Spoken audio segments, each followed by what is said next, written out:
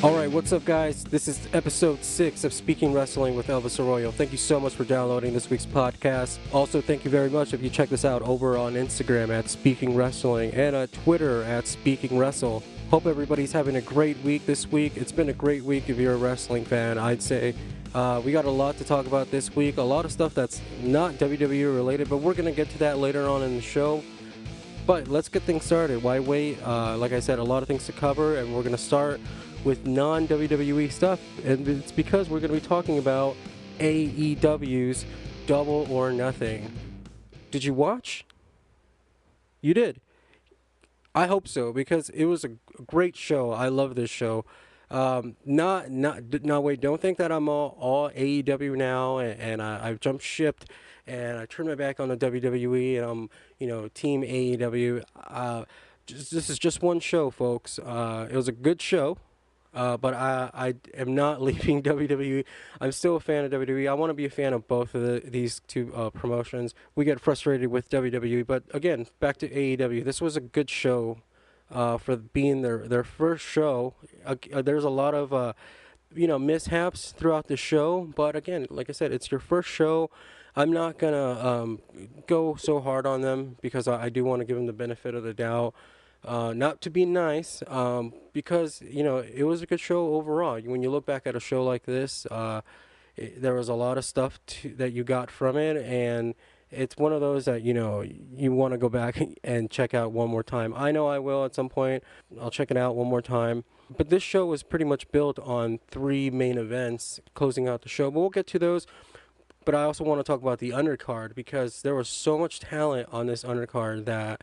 If you follow, the independents, and like most of you guys are wrestling fans and know that there's more than just WWE, it's good to see a lot of familiar faces in, the buy-in, the first hour that was for free on YouTube, which, if you went to their AEW page, there wasn't playing, but it was on TNT's YouTube page, and it had the TNT logo on the side of the screen, and for the first time, if you were watching on TNT's YouTube live stream of the buy-in, you got a glimpse of what AEW is going to look like with TNT behind it, and with its brand logo on the side of the corner.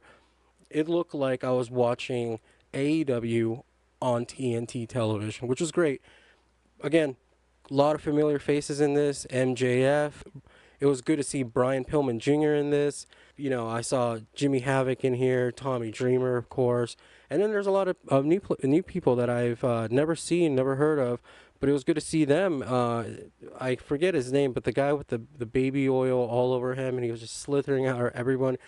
That was cool. It's not brawling action, but it's funny, it's entertainment. Also, Orange Cassidy, who I'd never seen, the names floating around. It's my first time seeing him. He was impressive, if I could even say impressive, because he didn't really do much. But you want to see, leaves you wanting to see more, and I think that's the theme of this show, and you're left with wanting more. And again, the undercard was great. Sammy Guevara in that opening match, the first ever one-on-one singles match for the company in the buy-in against Kip Sabian. A great match. Sammy Guevara takes a loss, but he's a name that you want to remember and look out for. He's going to be one of their bright stars. Good-looking kid, young kid. Been seeing him on the independents, having good matches. He's had some time in MLW, which a lot of talent from MLW being featured on AEW television, which is great. I want to see more of that, and I think that's one thing as a wrestling fan, you're excited about a show like this, is where talents from all over the world came together for one night, familiar faces and some new faces for everybody. SoCal Uncensored, they opened up the show in a 6-man tag. Great. Those guys are going to be stars in AEW. This really seemed like a showcase show for what's to come, and it's great. Action was great. 6-man tag to open up the show. Then we had a 3-way women's match that turned into a 4-way with Awesome Kong getting involved from Brandy to start off the match. Good action. Great match. Britt Baker won this match. Fatal four way. It looks like they have a bright women's division to look forward to. So again, good stuff. A lot of names throughout this pay per view that we're not familiar with. Again, you're left wanting more.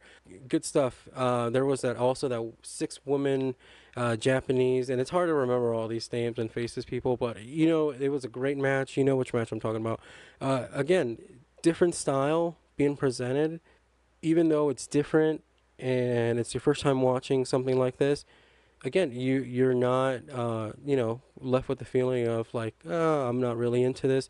You're interested. Your eyes were glued to this. This was a good show for the wrestling fan, the wrestling audience that comes out and it wants to enjoy a live show. And I think that's what this card up to this point had done.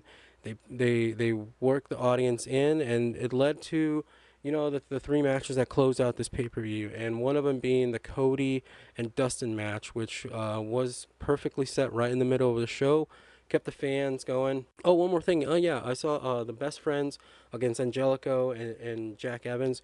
Great tag team match, great tag team action. Definitely a good showcasing of the tag team wrestling, that and names and teams that are going to be in the tag team division for any of those that think that the tag team division so far it's just the Young Bucks and the Lucha Brothers, which we'll get to.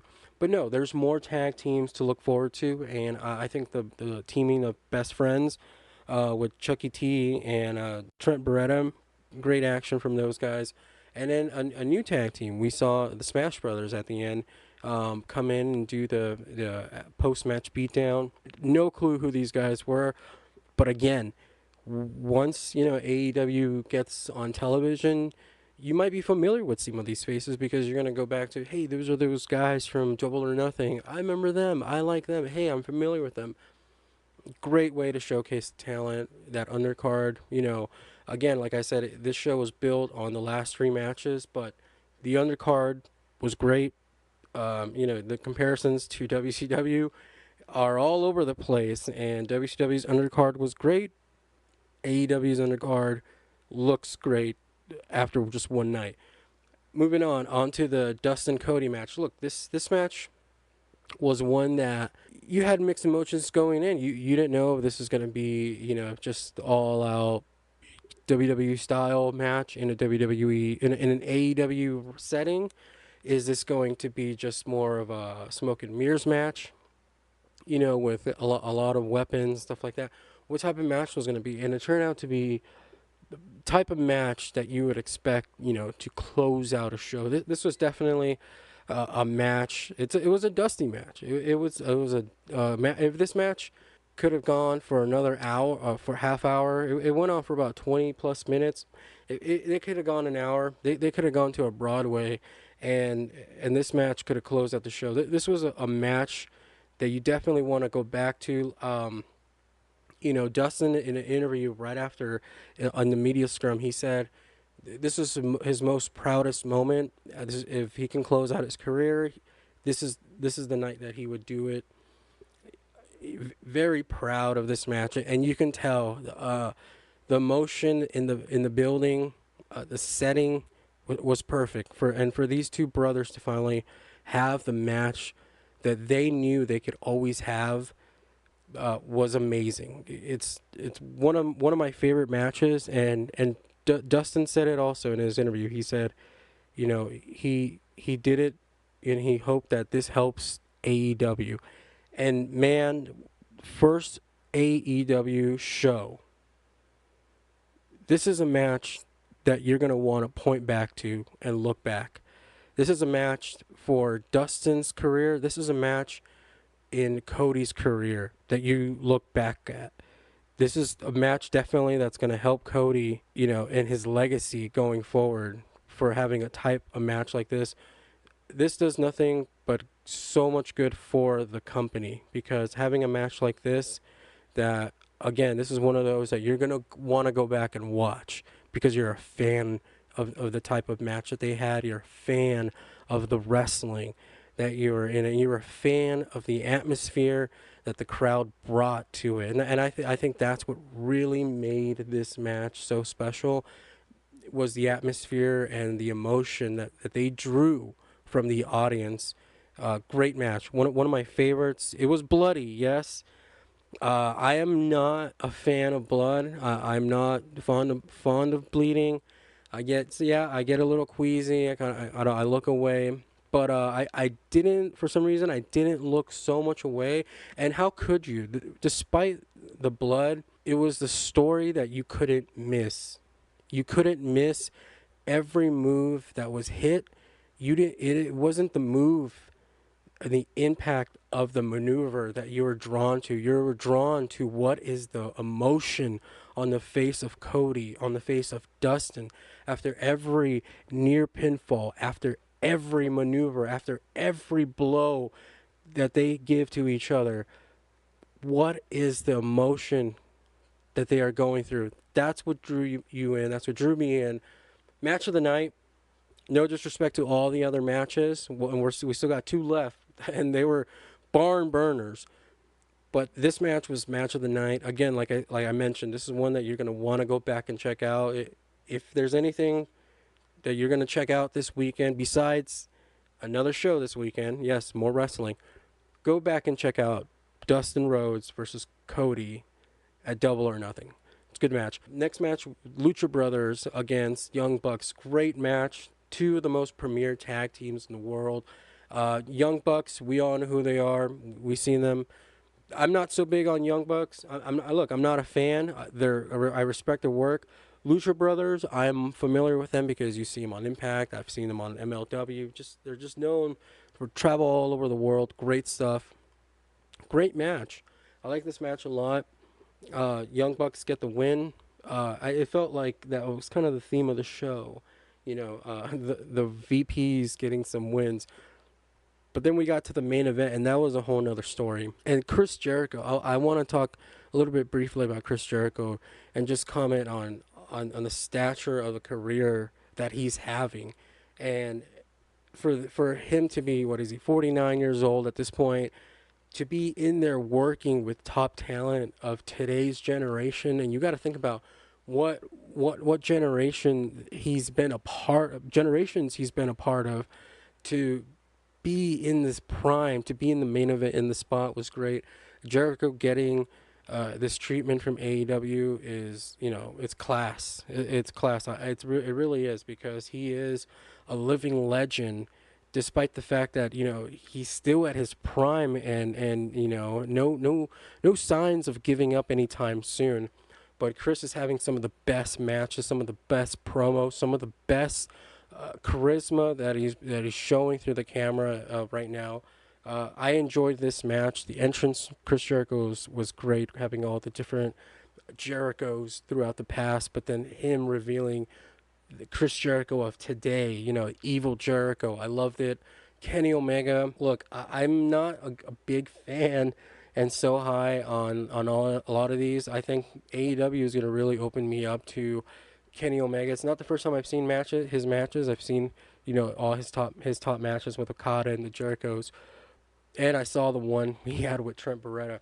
I like their work, but I do believe that AEW is not Japan. It's not Ring of Honor. It's not, Impact. It's not anywhere else. It's not even WWE Light. It is an alternative, but this is going to be the first time that these characters are going to have to show more, and you're going to see more of them, and so you're going to get to know them more at a quicker pace than a New Japan show every 3 months, or an appearance here and there, or if you just watch YouTube clips of the Young Bucks or Kenny Omega in the past. This is going to be a chance to see more, and I think we are going to see more of Kenny Omega, the character, not just Kenny Omega, the great performer with a great gimmick, with a great look and a great persona. It's Kenny Omega, and can he sink himself in to tell a story, to tell a thread that lasts weeks, maybe months, and it's on a weekly basis. And can you carry that? Can you carry a promo? It's going to be a challenge for Kenny Omega, because if you are competing with WWE and AEW with all the symbolism and what the fans are building up to be, there is going to be this competition between WWE programming and AEW programming, and there's going to be the comparison. And if a guy like Kenny Omega on WWE is, has all the qualities that we all would check off on what a good performer is on television, a guy like maybe Seth Rollins, well, you might think, well, Kenny's all this, but he can't cut a promo, or we haven't heard him cut a promo or tell that storyline. That's more than just in ring. It's backstage. It's getting you hooked. But that's yet to be seen. But again, this match was great. Another classic. Chris Jericho, Kenny Omega. Will there be a third match? I think so, but I think it can wait. I think maybe for the title, once Jericho has a reign with it, I do think Jericho will win the championship at some point. And, we'll see a Kenny Jericho down the road. Kenny gets the win. Third match, the rubber match, and he becomes a champion. We go from there.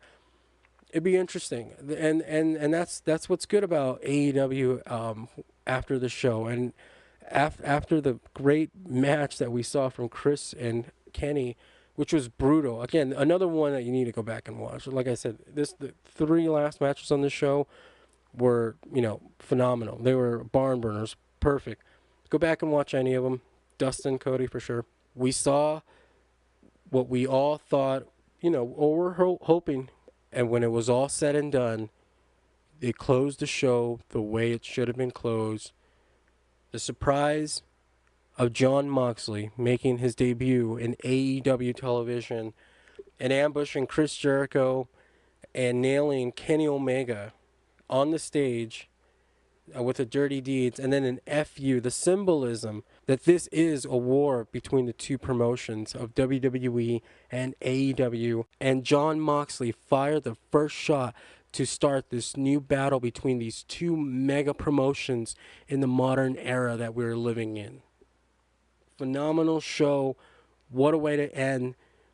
And again, it just leaves you wanting more after the night. I love this. And to see Jon Moxley there, again, formerly known as Dean Ambrose for those, to see him in the AEW ring, to see him not being surrounded by anything that's WWE related, it's time that the tide has turned and the WWE has lost one of the biggest stars in their promotion, one of the cornerstones of the Shield of this new generation, is now a part of AEW and is only going to help them down the road gain WWE's audience. And closing thoughts on my closing thoughts on Double or Nothing. It was a good show. Again, there was a lot of miscues on the commentary, but first night, let's not be too critical on that. I tried not to be. JR sounded great. I think he was bringing some of that quality that we all miss as wrestling fans, which is calling the match, calling what's in front of you, calling what we, the audience, are seeing. I enjoyed that a lot. And back to Moxley, he's the talk of this week, if not for his debut at Double or Nothing, but for his appearance this week's on Talk is Jericho, which is what everybody's talking about. And it's an interesting interview. It's one of the best Talk is Jericho episodes so far, I believe. It's one that I've already listened to twice. I enjoyed it. And Dean Ambrose is honest. He comes out and lets it all out on this interview. He talks about, the last year, and mainly focused on when Dean knew, or Jon Moxley, when he knew that, his time is done in WWE, and when he knew that he was really out. And, he really talked about the frustration about working with Vince and getting things through him, which would be, changing something on the script, wording something Dean didn't feel comfortable saying, whether it was a phrase that he just would not, wouldn't go with it, or just one word like, pooper scooper, he mentioned that he just didn't feel like it fit in the promo, and he wasn't going to say it. And the battles that he had with Vince, and he said that it was 6 years of his life that he dealt with, going up to see one man every week, and it's a battle, and that he was, unhappy with a lot of the stuff that he was asked to do, but it came across great on TV. And now knowing the thought process of what he was going through working for that company, and what he was being asked of to do on a weekly basis, and him not, feeling, high about it, because he believes that, he could bring more to the character, and he can bring more to, TV, and his ideas weren't ever being really heard, or being, heard from by whether it be Triple H or McMahon. And he talked about the frustrations of dealing with those two guys, and a lot of the politicking that we as wrestling fans, I believe, have an idea of what goes through backstage, or what maybe some of the thought process. And this interview with Chris, Moxley sounded,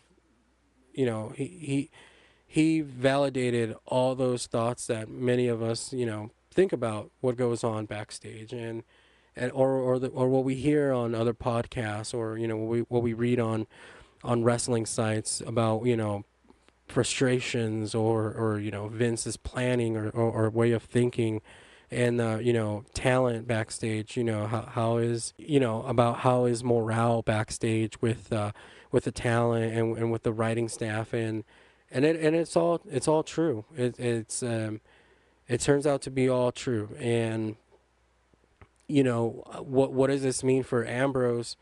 And what does it mean for backstage, is something that it brings up a lot of questions now. Is this going to bring change? Because in a nutshell, he also put it that Vince's system, his way of writing television, and it sucks. He straight up said Vince's way of processing things right now sucks, and he needs to change it. And with the success of Double or Nothing this weekend, and it's getting a lot of praise from fans all over the world, and even the talent is praising the show.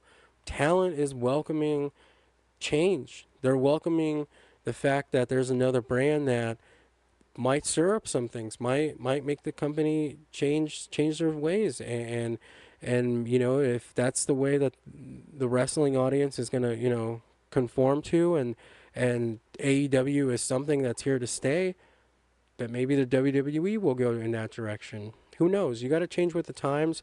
It's one thing that WWE is always well known for doing and capable of doing. I don't think you stick around this long if you don't get along with the times. But this interview was very interesting on many points.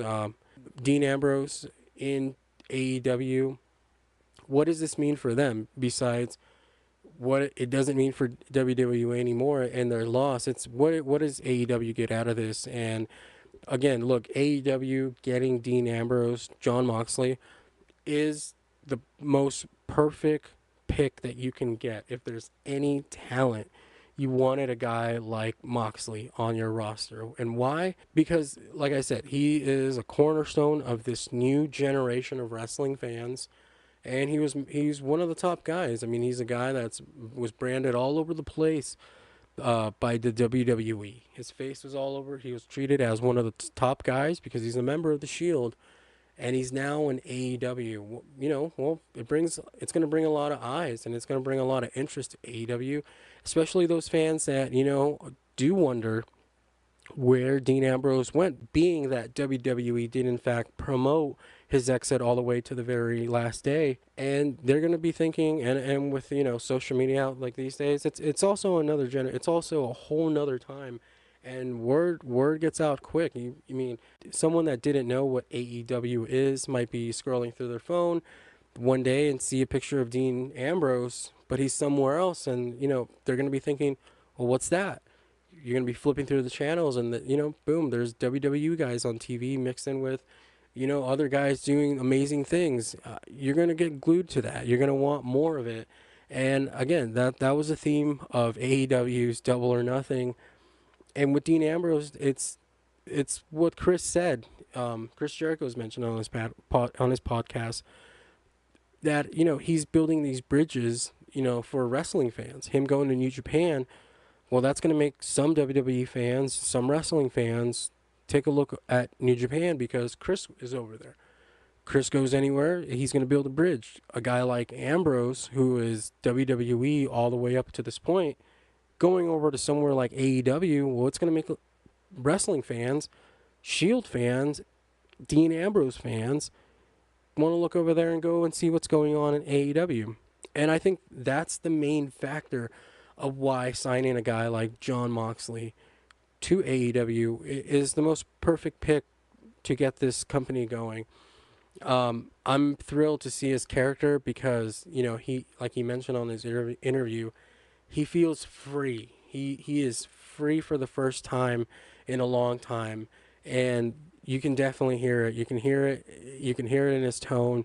He feels like he's filled with so much because he knows that he's finally going to be able to show, the entire world the character that he's always wanted to do. And AEW, it looks to be the place that's going to allow him to be him because WWE, because wrestling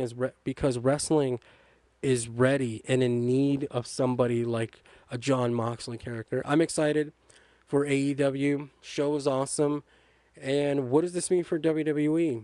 And as for WWE, this week, I don't know if it was a down week or Double or Nothing. I'm not saying they outdid WWE for the television for the week, but you didn't really get a whole lot from this week. And I think, but believe me if I might be right on this theory, is after a show like Double or Nothing, there's kind of like this feeling amongst wrestling fans that watching wrestling this week that was, you're watching WWE and you're not too critical. Maybe you kind of aren't so interested in it either way because, it's a lot of confusing stuff on a weekly basis and nobody really knows what they're doing every show. But kind of like this feeling that you just saw something and now know that there's something else. Kind of seems that way. I think one show to say that WWE is knocked off its pedestal, I think that'd be going too much. To say that AEW is now forcing WWE's hand and changing after one show, that's still, I think, too much. As to why WWE mentioned AEW on this week's Raw via Sami Zayn, many would believe that it's WWE just mentioning the product, mentioning the competition.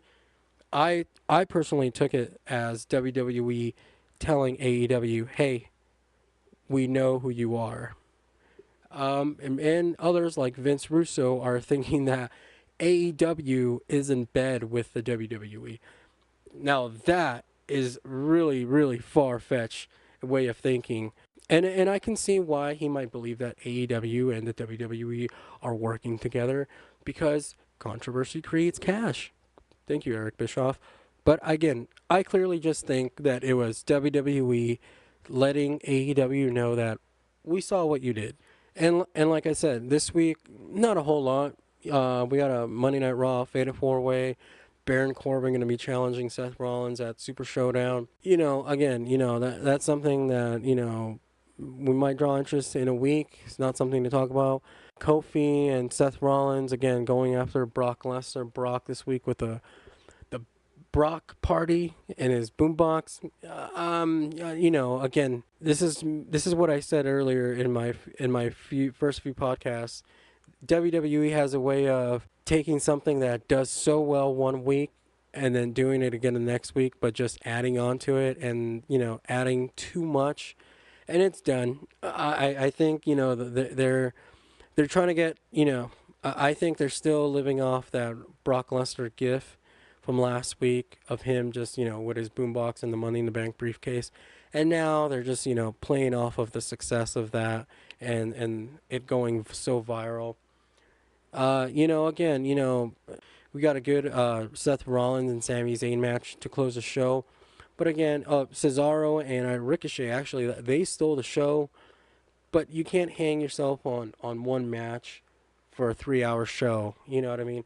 Again, no Raw Tag Team Champions absent again. There clearly is no tag team division on Monday nights. Why?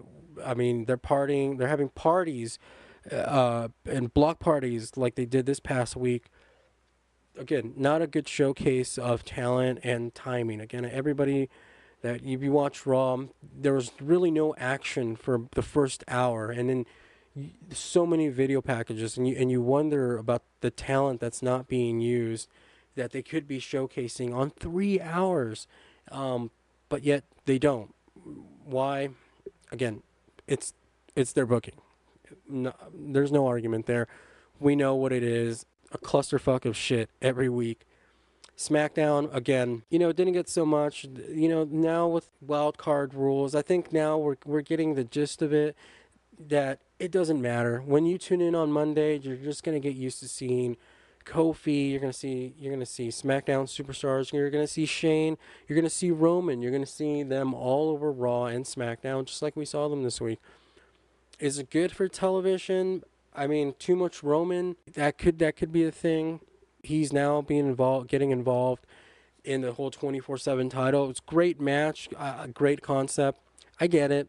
Good entertainment. Elias wins earlier in the night against R-Truth. Then in a tag team match later on with Drew McIntyre and Elias against Roman and R-Truth. Roman gets the win, does the whole babyface comeback tag. Truth gets the title back after Roman hits 2 spears on Elias.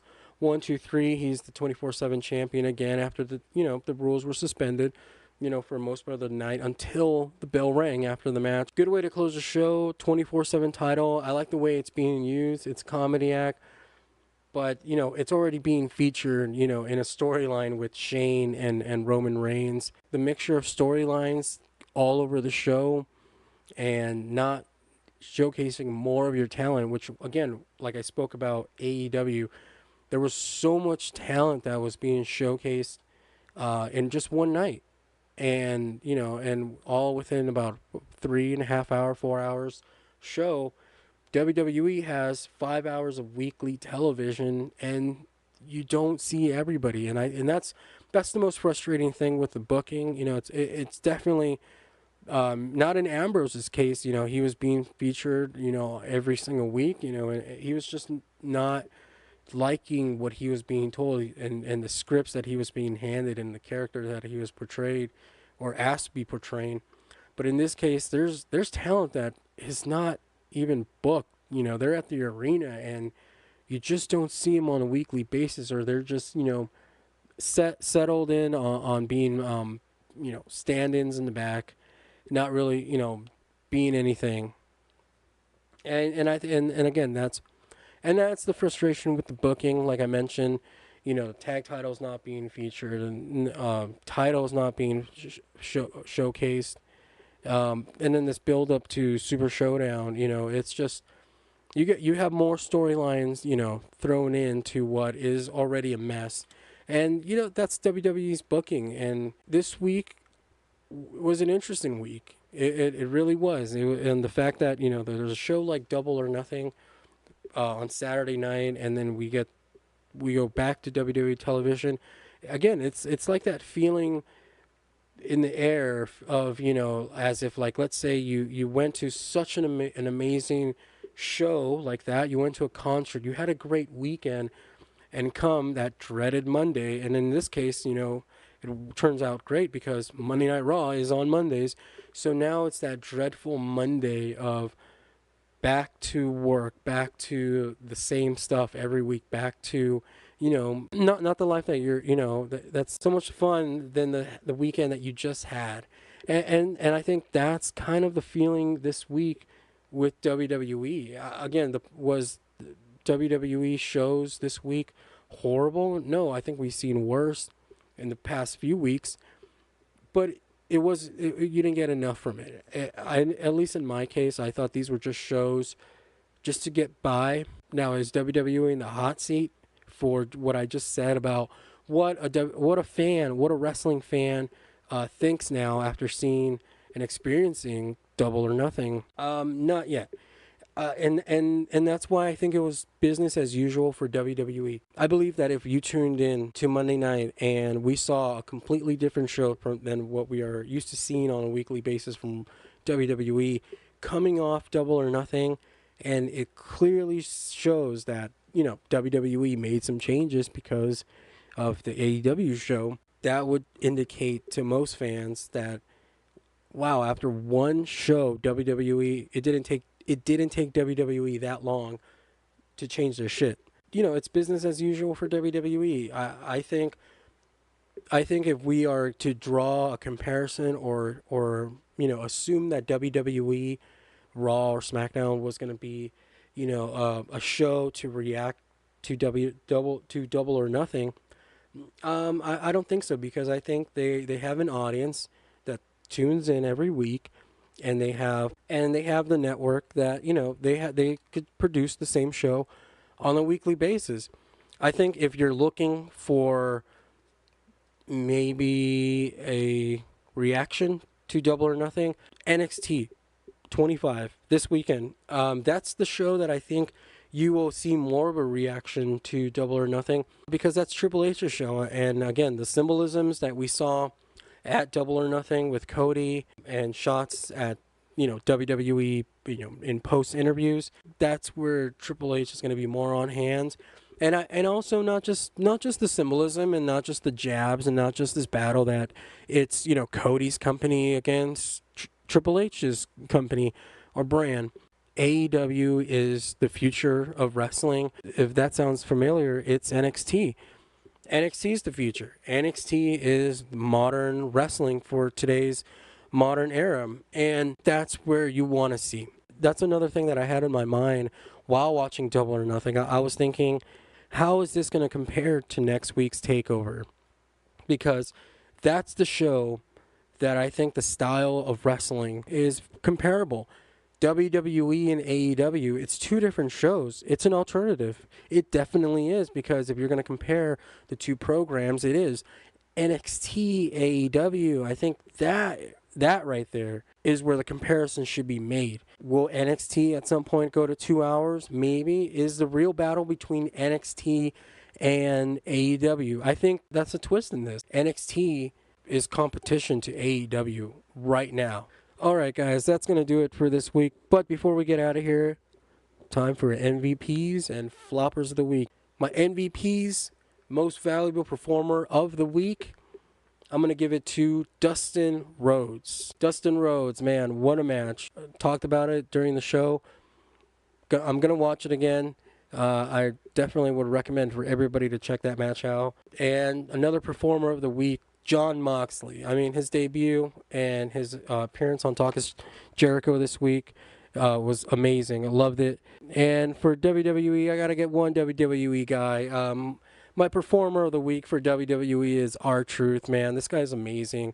What he's doing with that 24/7 championship, and what he's doing with it on social media and non-televised stuff. He's amazing. He's my performer of the week for WWE. I had to do it. I had to get one guy in. AEW was amazing this week, but again, I had to get R-Truth in because he's been killing it. He killed it all last weekend. Go and watch him on social media. He's so funny, good guy. And my flopper of the week, look, just on a storyline basis, he's a good guy, good performer. I'm a fan of him, but he's flopping for me, and it's Kevin Owens. Losing to Kofi Kingston clean promos, typical heel promos, long and ranting and not really coming up, when it's time to come up with a win. I think his character is in a spot where it's a little dangerous. He's a slippery slope right here for Kevin Owens.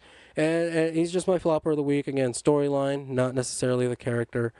That's going to do it for this week, episode 6 of Speaking Wrestling. I thank you so much. If you guys have any questions, comments, or suggestions for the podcast, be sure to go over to our Instagram page at Speaking Wrestling, and also find us on Twitter at Speaking Wrestling. That's where we have questions, polls.